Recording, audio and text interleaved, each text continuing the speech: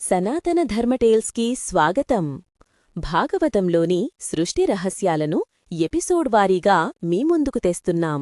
గత ఎపిసోడ్లో బ్రహ్ముడి మనసుపుత్రుల జననం మరియు రుద్రుని అవతారం చూశాం.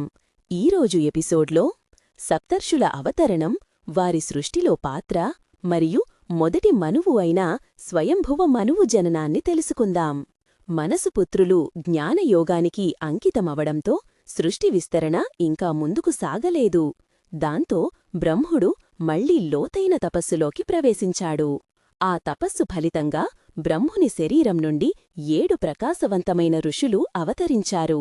వీరే సప్తర్షులు: మరీచి, అత్రి, అంగిరస, పులస్త్య, పులహ, క్రతు, వశిష్ఠ.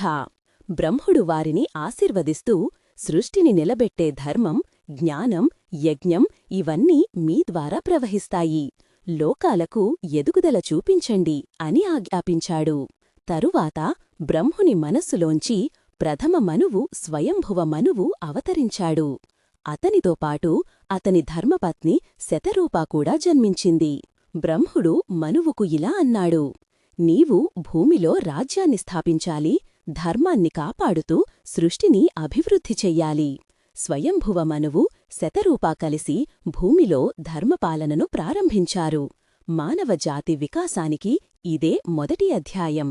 ఇలా సప్తర్షుల అవతరణం, మొదటి మనువు మరియు శతరూప జననం ద్వారా సృష్టి మరుసటి దశ ప్రారంభమైంది. తరువాతి ఎపిసోడ్లో స్వయంభువ మనువు వంశం, ఋషుల ఉపదేశాలు, భూమి నిర్మాణం గురించి తెలుసుకుందాం.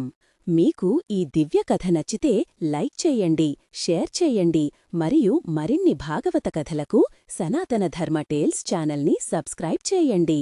ఓం శాంతిః శాంతిః శాంతిః.